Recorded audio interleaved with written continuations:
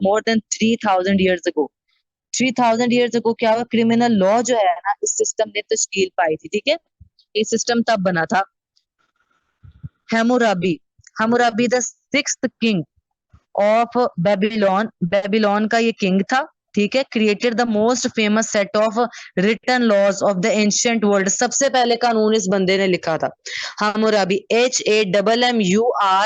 HAMMURABI, हमुराबी इस बंदे का नाम है। इस बंदे ने, ये बेबीलोन में रहने वाला था और वहां का बादशाह था, किंग था।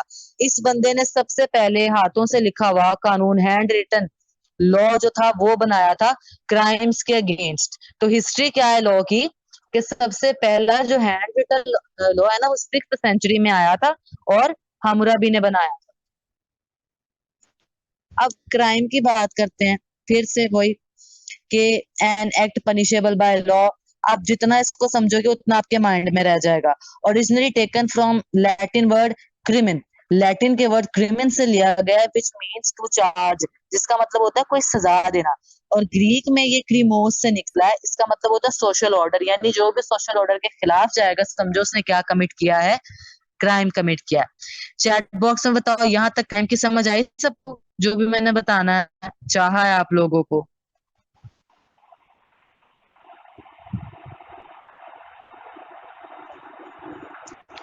बताओ मुझे।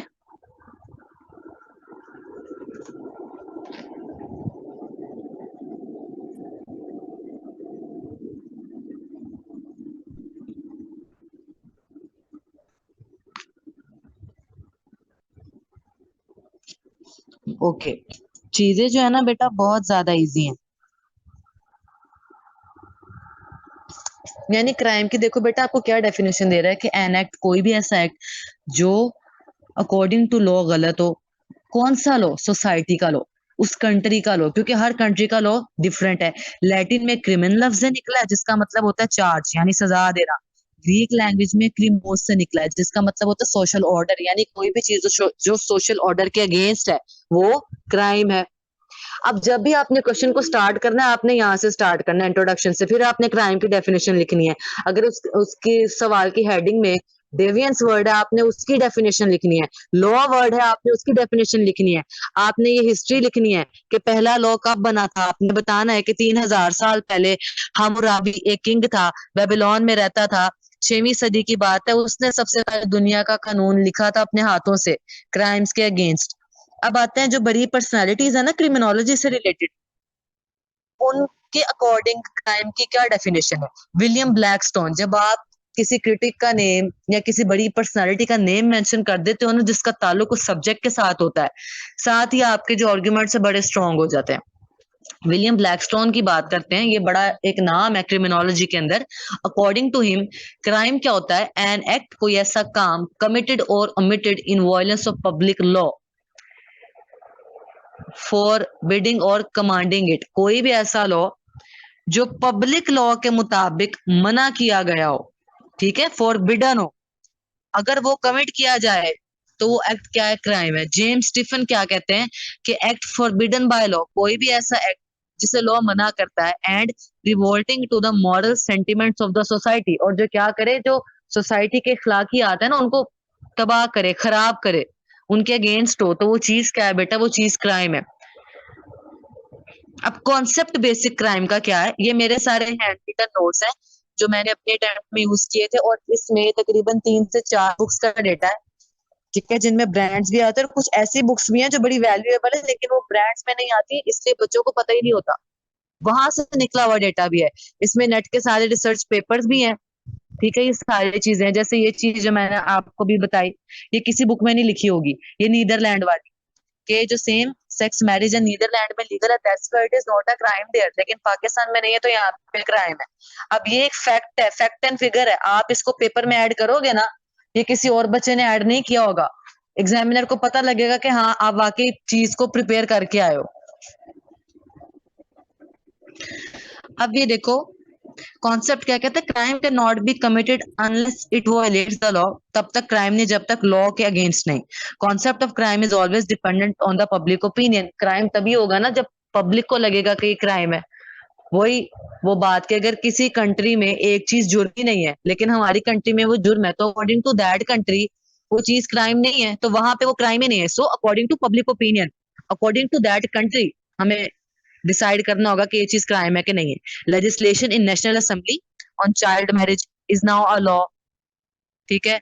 If child marriage is done now then it will be, sorry, it will called a crime. अब देखो जैसे कुछ ऐसी कंट्रीज, फॉर एग्जांपल इंडिया, आप यहाँ पे इंडिया की मिसाल दे सकते हो। इंडिया में चाइल्ड मैरिज क्या है, उनके बहुत से ऐसे कबीले हैं, चाइल्ड मैरिज वहां पे मना नहीं है, तो वहां पे ये कोई क्राइम नहीं है। उनके बड़े ऐसे गांव हैं जहां पे वो करते ही चाइल्ड मैरिज है, लेकिन अब वहां पे ये क्राइम ही नहीं है, उनके अगेंस्ट कोई जा ही नहीं सकता। लेकिन पाकिस्तान में अब क्या नेशनल असेंबली ने लेजिस्लेशन में ये चीज ऐड कर दी है ना कि चाइल्ड मैरिज जो है इट इज अ क्राइम, तो अब यहाँ पे कोई करेगा तो उसको चार्ज किया जाएगा। अब यहाँ पे ये क्राइम है। बच्चे क्या करते हैं, डेफिनेशन लिख देते हैं, जनरल सारा एक्सप्लेन कर देते हैं, लेकिन एग्जांपल्स रेलिवेंट और सॉलिड कोट नहीं करते। कंट्रीज को उठाओ, अपनी रिसर्च उठाओ, डिफरेंट कंट्रीज रखो, उनको कंपेयर करो, तब पता चलेगा कि हाँ आपने क्रिमिनोलॉजी को समझा है। अब देखो, there were no traffic laws in the past, that's why going against it was not a crime, but now in the advance era people have traffic rule, now violating it is a crime. कुछ साल पहले चले जाओ, कोई traffic rules थे नहीं थे। पाकिस्तान बनने के कुछ अरसा बाद भी, तब भी ये कोई ट्रैफिक रूल्स नहीं थे, कोई इतनी सेंस नहीं थी काफी अरसे तक। तो तब इस तरह से इनको वॉयलेट करना क्राइम ही नहीं था। क्यों? क्योंकि इन पे कोई लॉ ही नहीं था। फिर जब इन पे लॉ बना, जो हमारा एरा है थोड़ा मॉडर्न हुआ, इस मॉडर्न एरा में अब इनको वॉयलेट करना क्या है, लॉ है, ठीक है, और इनको वॉयलेट करना क्राइम है क्योंकि वो उस लॉ के अगेंस्ट है। टेरेंस मॉरिस नाम है बंदे का, क्रिमिनोलॉजी से बड़ा गहरा ताल्लुक है इसका। कहता है crime is what society says is crime. Crime हमेशा वो चीज है जो सोसाइटी कहती है हाँ जुर्म है। Establishing that an act is a violation of the criminal law, तब जब क्रिमिनल लॉ के अगेंस्ट हो वो चीज। क्राइम इज डिसोबीडियंस और वायलेशन ऑफ लॉ। क्राइम हमेशा डिसोबीडियंस होती है, ठीक है। It includes violation of human rights on the basis of racism, sexism, imperialism, ठीक है। ह्यूमन राइट्स को किसी भी तरह से वायलेट करते हो, किसी के रंग नस्ल पे बात करके फिजिकली वॉयलेट करते हो, या किसी के ऊपर कब्जा कर लेते हो, इंपीरियलिज्म, किसी की जगह पे कब्जा कर लेते हो, हर चीज, हर कोई एक्ट जिससे अगला तंग हो रहा है वो क्या बेटा क्राइम है। अनसेफ वर्किंग कंडीशन, कोई बंदा या बंदी कहीं काम कर रहा है, वहां पे अनसेफ फील कर रहा है, तो क्या है वो क्रिमिनल एक्टिविटीज है। Inadequate child care, crime of political and economic, ठीक है, डोमिनेशन। आप पॉलिटिकली किसी को हार्म कर रहे हो या इकोनॉमिकली किसी पे डोमिनेट कर रहे हो, उसका जीना हराम कर रहे हो, वो भी क्राइम है। पुलिस ब्रूटैलिटी, पुलिस किसी पे जोर जबरदस्ती कर रही है, हमें पकड़ के किसी को अंदर करे, वो भी क्राइम है। प्राइस फिक्सिंग क्राइम है, ठीक है। डेप्रीवेशन ऑफ एडिकेट फूड, अच्छा खाना जो है, जो हक है, किसी को खुराक का हक ना देना, वो भी क्राइम है। असैसिनेशंस एंड वॉर मेकिंग, ये सब क्राइम है, ठीक है। सारा कंसेंसस व्यू ऑफ क्राइम है। Citizen in a society share common ideas. Consensus क्या होता है? कंसेंसस बोलते हैं बेटा सेम आइडियाज, सेम बिलीव्स। तो citizen in society share common ideas हम शेयर करते हैं, ठीक है, and work towards a common good. And crime is an act which harm the society by creating conflict. Consensus बोलते हैं ऐसा आइडिया जिसमें क्या हो, एक सोसाइटी कॉमन कल्चर को शेयर कर रही हो। जैसे हमारा पाकिस्तान का कल्चर क्या है भाई, औरतों को हिजाब करना चाहिए, ठीक है। मर्दों को क्या होना चाहिए, अच्छी तरबियत का होना चाहिए। अब क्या है, हमारा जो सोसाइटी है पाकिस्तान के अलाउ करता है भाई लड़कियां जॉब कर सकती हैं, और सोसाइटी क्या कहती है, किसी को बिला वजह तंग ना करो, ठीक है, किसी को भी किसी भी तरह से मेंटली वर्बली अब्यूज ना करो। तो इसके अगेंस्ट जो जाएगा, समझो उसने कॉन्सेंसस व्यू को वो लेट किया है, वो क्राइम है। Donald Cressey, according to him, ये क्रिमिनोलॉजिस्ट है, अकॉर्डिंग टू हिम क्या है, criminal behaviour is behaviour in violation of law. So crime is a multi dimensional problem. Crime multi dimensional problem है, किसी एक चीज का नाम क्राइम है ही नहीं। हर वो चीज जो सोसाइटी में किसी दूसरे को तंग करे, या अगला बंदा कंफर्टेबल है, सॉरी, अनकंफर्टेबल है, या अगला बंदा तंग हो रहा है, या वो अपने आप को सेफ फील नहीं कर रहा, ठीक है, किसी भी तरह से मेंटली, फिजिकली, या किसी भी तरह से वो खुद को अनसेफ फील कर रहा है, तो समझो वो एक्ट क्या है, वो एक्ट क्राइम है। अब डेवियंस क्या होता है? डिजायर हो बंदे के अंदर, अबिलिटी सख्त भी हो, और ऊपर से उसको क्या मिल जाए, मौका मिल जाए, और फिर वो कमिट करे क्राइम, ये चीज डेविएंस है। यानी एक बंदा क्राइम करना चाहता है, उसका माइंड ही क्रिमिनल माइंड है, उसकी मेंटालिटी ऐसी है, गंदी है, उसने क्राइम करना ही करना है, ऊपर से उसमें ताकत भी है क्राइम करने की। तीसरा ये कि उसको मौका मिल जाता है। तो ये क्या है बेटा, ये डेविएंस आ जाता है। कहते हैं, अब डेविएंस में वो क्या कहता है, these are prerequisites of a crime, यानी डिजायर होना, चाहत होना क्राइम करने की, एबिलिटी भी होना, और अपॉर्चुनिटी मिल जाना, ये तीन क्या है, प्री रिक्विजिट्स हैं क्राइम के, यानी एसेंस है, बेसिक्स है, फाउंडेशन है किसी भी जुर्म के होने की। आप डेविएंस की डेफिनेशन देखो, different and unexpected behaviour of an individual is called deviance. यानी कोई ऐसा बच्चा होता है, कोई ऐसा आदमी होता है कि उसका बिहेवियर ना हमारे घर वालों से, खानदान से, सोसाइटी से वैसे ही डिफरेंट होता है। फॉर एग्जाम्पल, कोई 4-5 भाई बहन है, उन 5 बहन भाइयों में से कोई एक भाई ऐसा है जिसको बाकी बहन भाइयों को मारने में, तंग करने में, चोरी करने में, उनकी चीजें तोड़ने में मजा आता है, वो इस चीज को एंजॉय करता है। ये चीज क्या है, ये डेवियंस है, ये डेवियंस बिहेवियर है, यानी उस बच्चे की मेंटालिटी क्रिमिनल वाली है। अगर उसको कभी कोई असिस्ट कर दे या उसको मौका मिल जाए, तो सबसे ज्यादा इजीली वो बच्चा सीखेगा क्राइम को, और उसको एज अ प्रोफेशन अडॉप्ट भी करेगा। Deviance is the differing of the norms, values and form of accepted standards of society. किसी बच्चे के अंदर ये चीज है ना कि वो सारी सोशल वैल्यू से पहले ही डिफरेंट है, उसको फर्क ही नहीं पड़ता, बल्कि ये चीजें वॉयलेट करने में उसको बड़ा मजा आता है।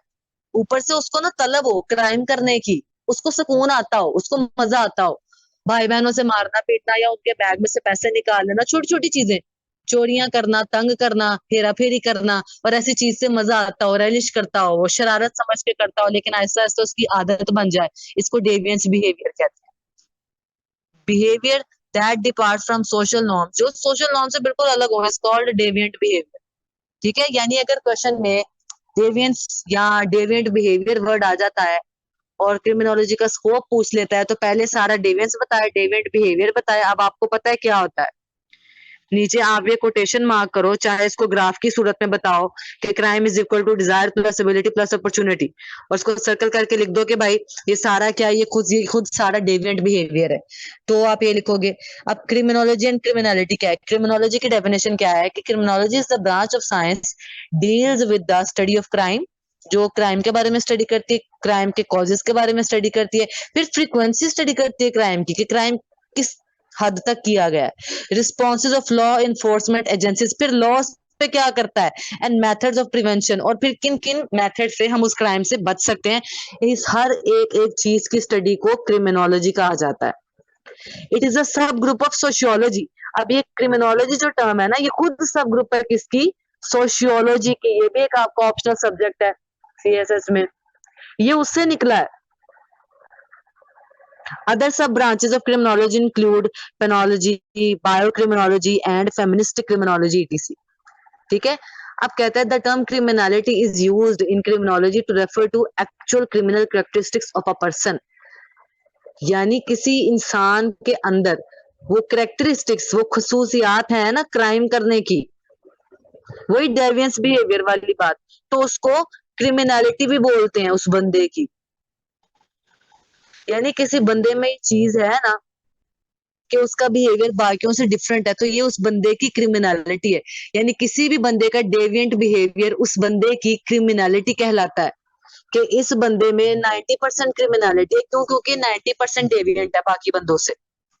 किसी में 100% क्रिमिनलिटी होती है, किसी में 20 to 10% क्रिमिनलिटी होती है। जैसे बच्चे बचपन में चोरियां करते हैं, लेकिन बड़े होते हैं वो सही हो जाते हैं, वो फिर ऐसे नहीं करते।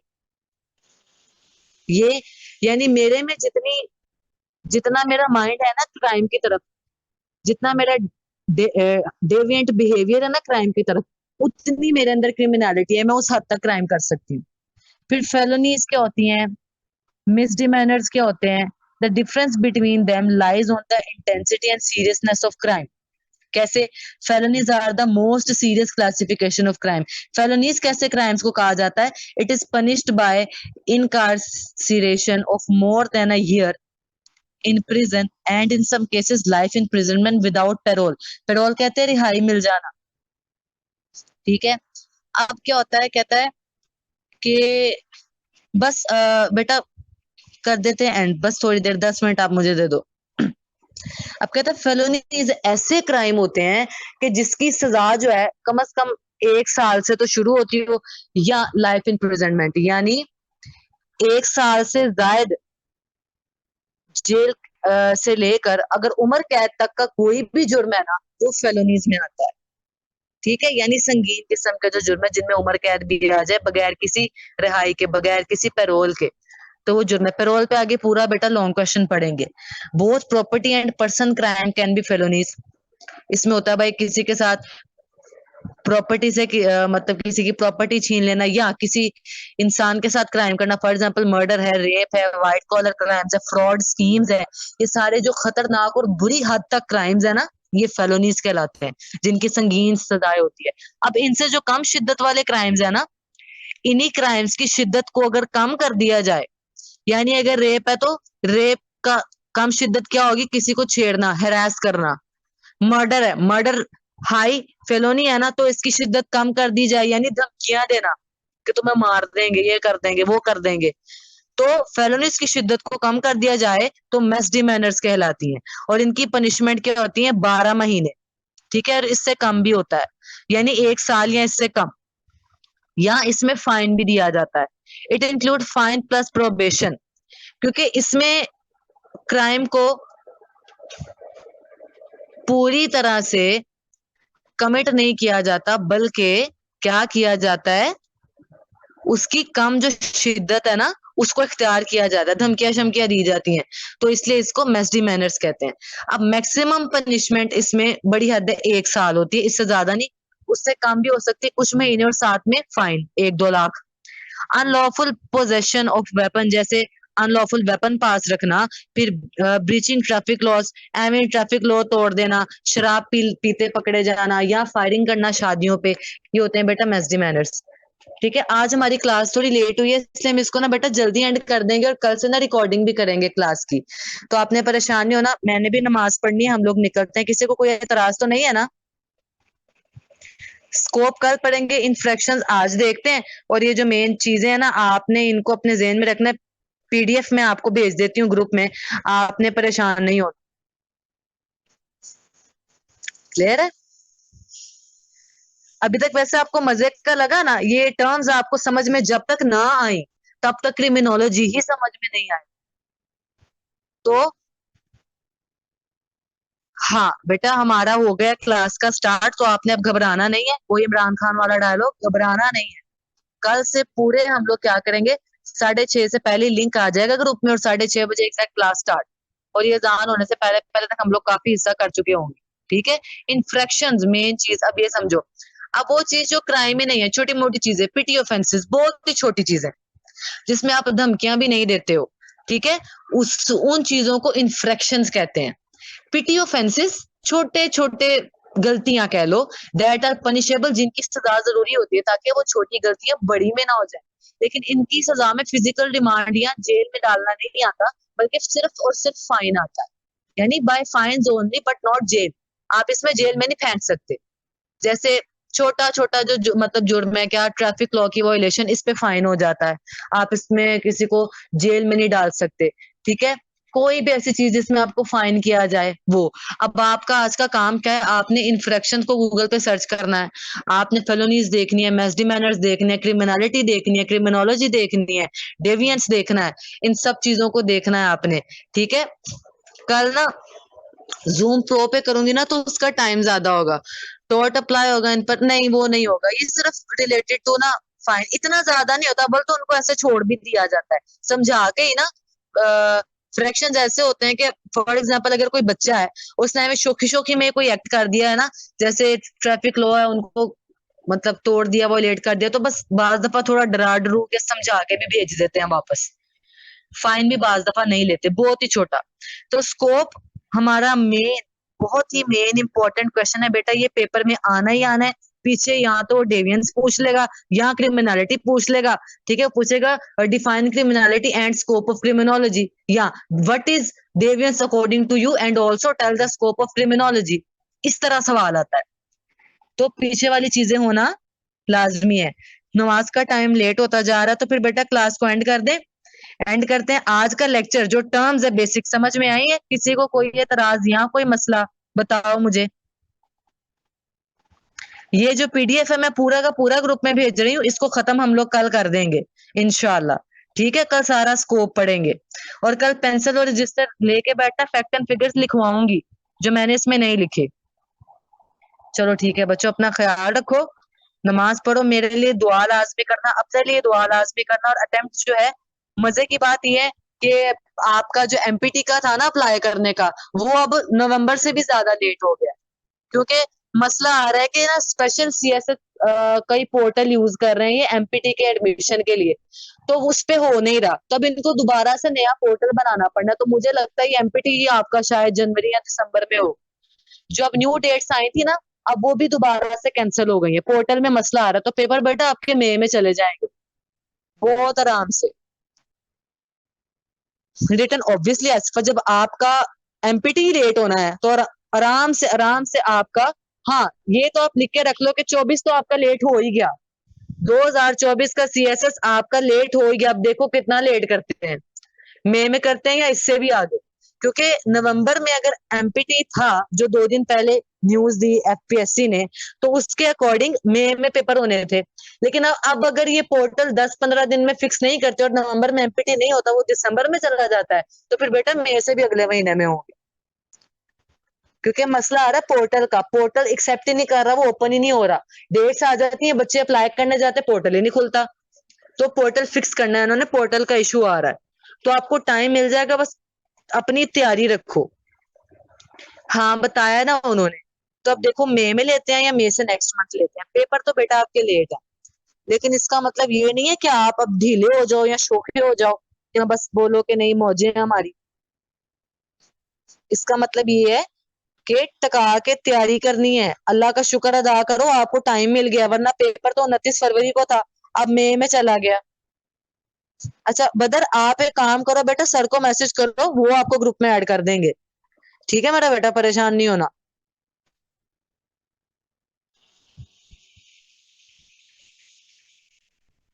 चलो बच्चों, अपना ख्याल रखो और गनीमत मानो कि तुम लोग को टाइम मिलो, खूब मेहनत करो, नमाजें पढ़ो, शाबाश। अल्लाह हाफिज।